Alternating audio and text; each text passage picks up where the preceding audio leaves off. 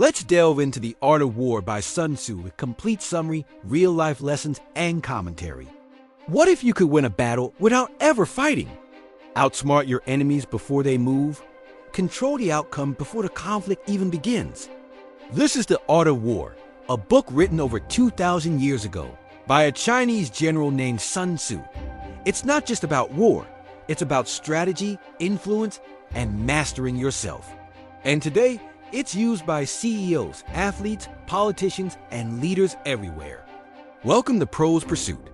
If you're new here, this channel brings powerful books to life, one story at a time. I started Prose Pursuit to simplify big ideas and show how timeless wisdom can make your everyday life better. So if you're into books that sharpen your mind and elevate your thinking, hit subscribe and join the pursuit. This video is a full breakdown of The Art of War, told like a story.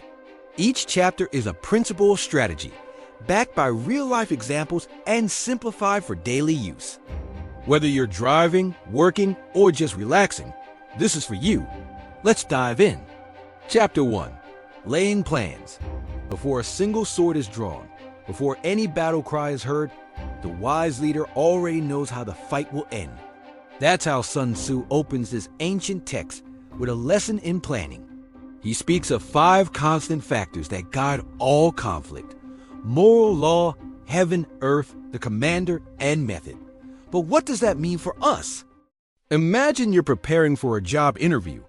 The moral law is your reason for applying, your purpose. Heaven is timing.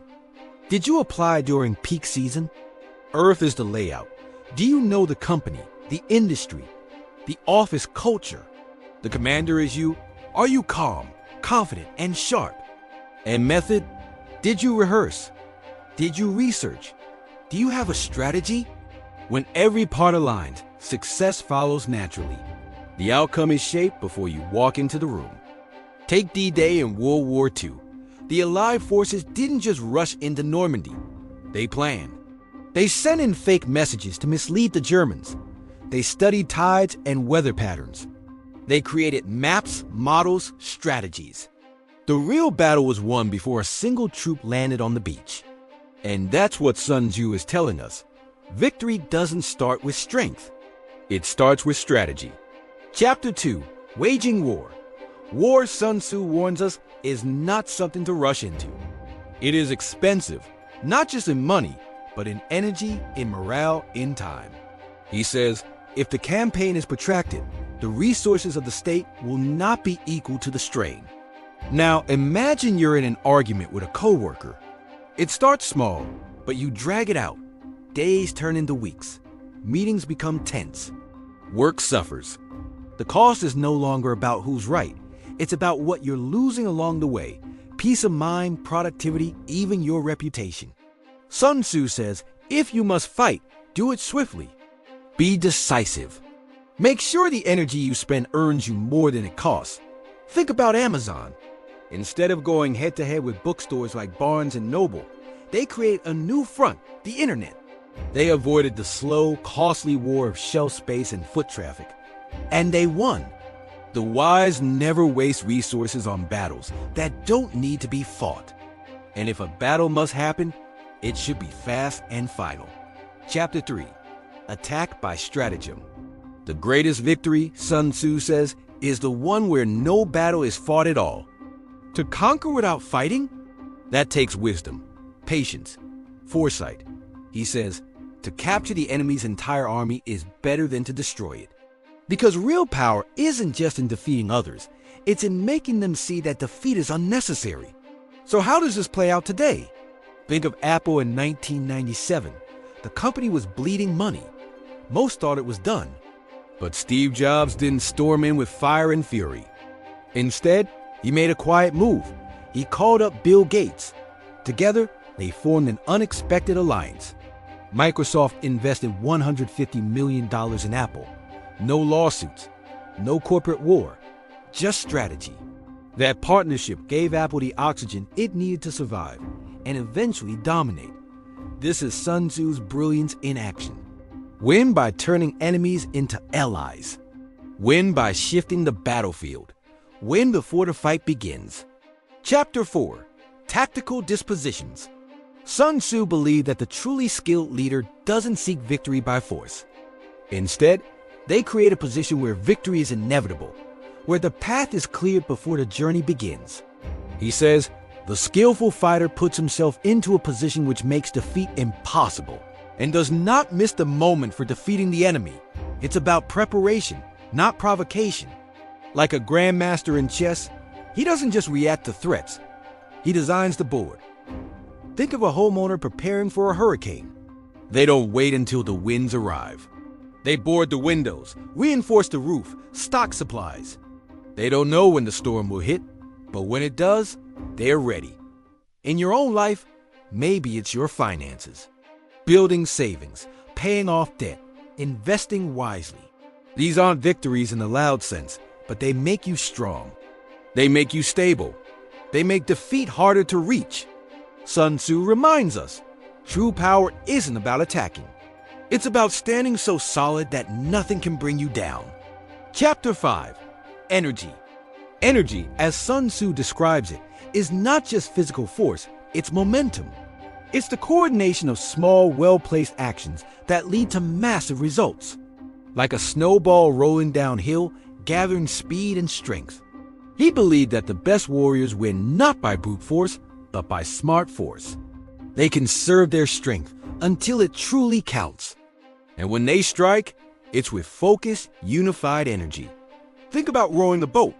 If each person paddles out of sync, the boat wobbles and stalls. But if every oar moves together with rhythm and harmony, the boat glides with surprising speed. That's energy used wisely. In life, this can be your daily habits. A small act, repeated with discipline, reading 10 pages a day, saving a little money each week, waking up early, compounds. It builds power. Look at athletes like Michael Phelps. His victories weren't just from race day strength. They were built from years of consistency, quiet training, precise routines. Sun Tzu teaches us this. Energy isn't about intensity all the time. It's about direction, harmony, flow. When your actions align with purpose, the results come effortlessly, like water flowing through a carved path. Chapter 6. Weak points and strong. In battle, most people focus on attacking their opponent's strengths. But Sun Tzu urges us to think differently. He says, appear at points which the enemy must hasten to defend. March swiftly to places where you are not expected. This is not just advice for warfare. It's a mindset for life. Instead of clashing head-on with obstacles, he teaches us to move like water, flowing around the rocks, not smashing through them. Consider the story of Netflix versus Blockbuster. Blockbuster was a giant, huge stores, massive inventory, dominant market share. Everyone thought they were untouchable. But Netflix didn't attack their strength. Instead, it quietly exploited their weakness, convenience. People didn't want to drive to a store, pay late fees, or wait in line. Netflix mailed DVDs, then streamed them. They flowed around the obstacle, and Blockbuster collapsed. Sun Tzu believed that understanding your opponent's weaknesses and hiding your own is the key to survival and victory. You can be sure of succeeding in your attacks, he said, if you only attack places which are undefended. In your own life, that might mean choosing battles differently. Maybe instead of competing for attention at the loudest table, you start a conversation where no one's speaking yet. Maybe you don't try to outshine others. You shift the spotlight. The strongest are not always those who push hardest. Often, they're the ones who know where not to push at all. Chapter 7. Maneuvering. Maneuvering is the art of navigating conflict with agility. It's about knowing when to move, when to wait, and how to maintain unity amid chaos. Sun Tzu teaches that the best leaders don't charge blindly. They guide with precision, always adjusting to terrain and timing. He says, he who understands how to fight according to the position of the enemy will prevail. In other words, know your surroundings, know your team, know your limits and theirs. Imagine leading a team through a challenging project. Deadlines shift, obstacles pop up, personalities clash. The leader who charges forward without adapting will lose the team's trust. But the one who listens, adapts, redirects, and motivates, that leader maneuvers through the mess and brings everyone across the finish line. In sports, think of a football coach who changes formation mid-game after reading the opponent's play style. They didn't stick with a failing plan, they maneuvered. They turned defense into offense. Maneuvering also teaches restraint. Not every challenge needs an immediate response. Sometimes the smartest move is to reposition, to wait, to let the opponent exhaust themselves.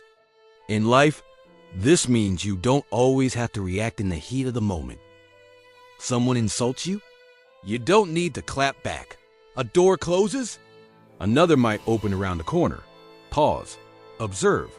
Reposition. That's maneuvering. Sun Tzu reminds us that success isn't always about speed, it's about direction. The wise don't run headfirst. They dance through obstacles with awareness and grace. Chapter 8. Variation in Tactics. There is no single path to victory. That's the essence of Chapter 8. Sun Tzu teaches that rigidity leads to defeat. The general who uses the same tactics in every battle becomes predictable, and predictability is a weakness. He writes, "There are not more than 5 musical notes, yet the combinations of these 5 give rise to more melodies than can ever be heard." It's a reminder that variety, creativity, and adaptability are the secret weapons of any successful leader. Think of a chess player who uses the same opening every match. Once an opponent knows the pattern, they'll counter it. But the player who constantly adjusts, who sees new angles, who doesn't fall in love with a single tactic, that's the one who keeps winning. In real life, consider a teacher with a classroom full of different learners. One method won't reach them all. A great teacher changes pace, tone, format, adapting until the lesson lands.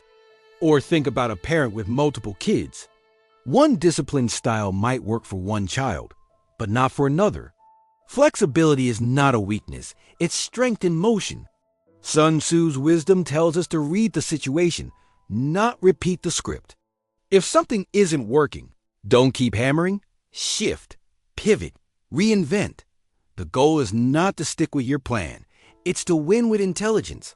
The wise strategist knows when to be fire and when to be water, when to stand tall and when to disappear. Because in war, as in life, it's not the strongest who win, it's the most adaptable. Chapter 9. The Army on the March. Imagine standing at the edge of a battlefield, trying to read the land like a map of emotions. That is the heart of Chapter 9.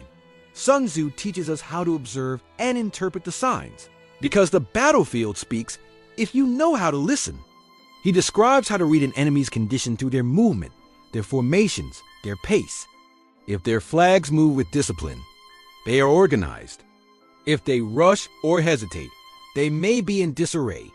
If their troops laugh too loudly, they may be nervous. These are the whispers of war, hidden in plain sight. Think about walking into a meeting room. The vibe is off. Maybe people avoid eye contact. Maybe the leader's tone is overly cheerful, masking tension. Maybe there's silence where there should be conversation. These are your signs, the modern equivalent of war banners flapping too fast. Sun Tzu urges us to become masters of perception, not just to watch, but to see, and not just to hear, but to listen. Because every decision made in war or in life should be informed by your environment. He also warns us about terrain. High ground is easier to defend. Narrow passes require caution. Rivers demand timing. Every location has strengths and weaknesses, and moving blindly across them is foolish. Consider a startup launching a new product. If the market is already saturated, like a narrow valley filled with giants, they'll need a different route, maybe a niche angle.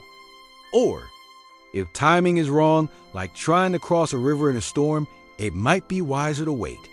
Sun Tzu reminds us that success comes from awareness. Know the field, know the signals, and know when the ground beneath you is shifting. Because the march is more than movement. It's navigation through the unseen currents of conflict and opportunity. Chapter 10. Terrain. In this chapter, Sun Tzu lays out a detailed guide on how different types of terrain influence decision-making. He describes 6 kinds of ground and explains how each affects strategy.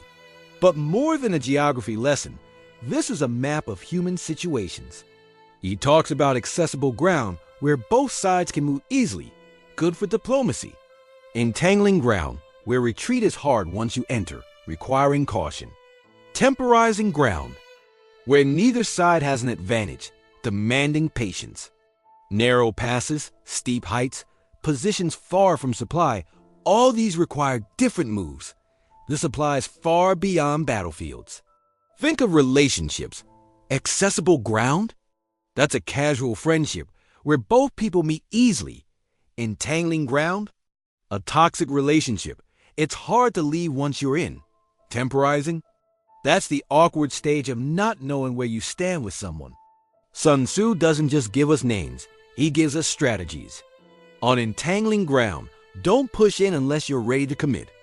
On temporizing ground, stay alert. On critical ground, where your survival depends on holding it, fight like your life depends on it, because it does. One historical example is the Battle of Thermopylae. The Spartans held a narrow pass against a much larger Persian army. Their use of terrain slowed the enemy, bought time, and turned a small force into a powerful symbol of resistance. In our own lives, choosing the right terrain means choosing the right job, the right relationships, the right battles to fight. It means being aware of where you stand and what that space demands. Sun Tzu tells us, the wise do not fight blindly. They choose their ground, and once there, they use every inch of it to their advantage. Chapter 11. The 9 Situations. In Chapter 11, Sun Tzu introduces 9 types of ground, or situations, you might find yourself in during conflict. Each one demands a different mindset, a different tactic, and a different way of moving. It's like playing 9 different games with the same pieces. The wise commander doesn't force one strategy onto every scenario. They adapt, because what works in one situation could fail in another.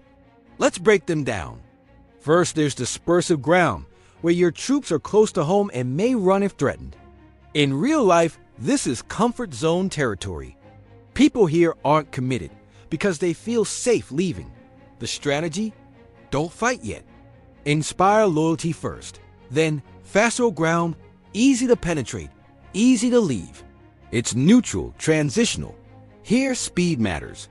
You must move quickly to secure an advantage or risk being overrun. Contentious ground is where both sides want the same thing. Think of a job promotion or a business deal. Everyone wants the prize. Here, Sun Tzu says, take the initiative. Act before the competition does. Open ground, space where both sides can move freely. The danger? You're exposed. So build alliances. Be diplomatic. Move with awareness. Ground of intersecting highways is a place where many roads meet. High traffic. High value. Think of it like a trending topic or hot market. Many eyes are watching. The move? Strengthen your connections. Control the flow of information. Serious ground is when you're deep into enemy territory. There's no easy way back. This is commitment. In life, it's launching a business, moving to a new country, starting a family. There's no turning around. Sun Tzu says, strengthen resolve, unite your people. You're in it now. Difficult ground, harsh terrain, physical or mental, like illness, death, or grief. The lesson? Stay flexible. Adapt to the landscape. Don't resist the difficulty. Learn to move through it. Hemmed in ground, tight corners with little escape. Pressure is high. Panic can rise. Here Sun Tzu warns against hesitation. You must fight smartly. Think fast. And finally, desperate ground, where the only way out is forward. No retreat, no backup, no second chance. Here, people fight with everything they have. History gives us many desperate grounds, like the Battle of Stalingrad, where Soviet troops fought with ferocity, not just because of orders, but because survival was at stake. When escape isn't an option, commitment becomes total. In life, desperate ground might be hitting rock bottom, where failure is no longer an option. And strangely, this is where transformation happens. When there's nothing to lose, we find courage we didn't know we had. Sun Tzu's message is clear. Know the ground you stand on. Don't treat all problems the same. Read the situation, adjust your strategy, and lead with wisdom, not impulse. Because in war and in life, every situation is unique, and the path to victory is never one size fits all. Chapter 12. The Attack by Fire. In this chapter, Sun Tzu discusses one of the oldest weapons in war, fire. But what he's really teaching is timing, control, and understanding when to use force and when not to. He outlines 5 ways fire can be used in battle: to burn enemy troops, supplies, weapons, storehouses, and to create chaos. But fire, like any weapon, is dangerous. It can turn on you just as easily. So it must be used with precision, and only when the conditions are right, when the wind, terrain, and opportunity align. In modern terms, fire is any high-risk, high-impact move, a big public statement, a major career shift, a legal action, even a confrontation. These moves can change everything, but they come with consequences. That's why Sun Tzu says, only ignite when you're ready to control the burn. Take corporate whistleblowers, for example. They reveal corruption, set fire to hidden truths, but only when the timing is perfect and the evidence is secure.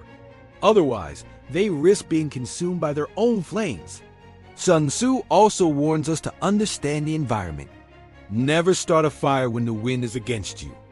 Don't launch an attack in bad conditions. Translation? Don't push forward when public opinion is against you, when resources are low, or when allies are unsure. And here's the deeper lesson. Sometimes fire isn't for destruction. It's for transformation. In forests, control burns clear the old and make space for new growth. In life, sometimes you have to let things go, burn away toxic habits, broken systems, dead-end paths, to make room for something better. The key is control, purpose, timing. Because the same fire that destroys can also illuminate. It can cleanse, refine, and renew if you know how to wield it. Chapter 13. The Use of Spies. The final chapter of the Art of War shifts from swords to secrets. Here, Sun Tzu emphasizes the value of information, the invisible battlefield that decides who wins before the first strike is ever made. He writes, "Foreknowledge enables the wise sovereign and the good general to strike and conquer." In other words, knowledge is power. And the best knowledge comes not from guessing, but from knowing through spies. Sun Tzu outlines 5 types of spies: local, inside, double, doom, and surviving. Each one plays a unique role, and together they form a network of intelligence gathering. Their goal? To expose enemy plans, disrupt their alliances, and influence outcomes before anything even begins. In today's world, we don't call them spies. We call it data, insight, reconnaissance, or research.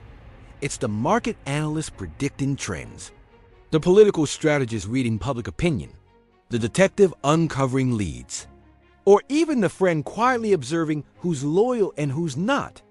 Let's take business as an example.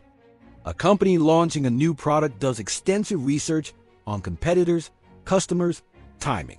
They use feedback loops, A/B testing, and competitive analysis.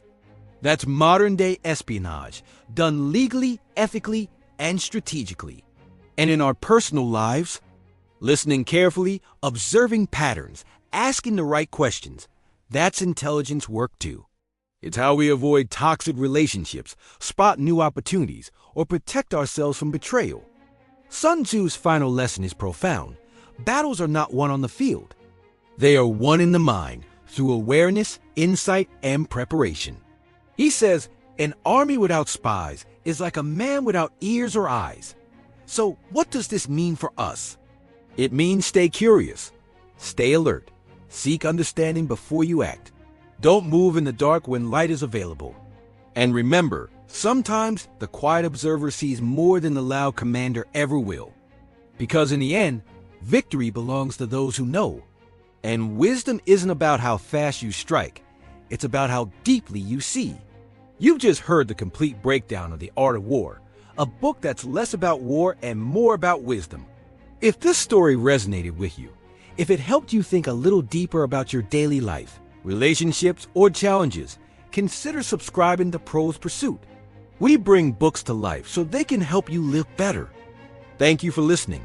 Stay sharp, stay strategic, and I'll see you in the next story.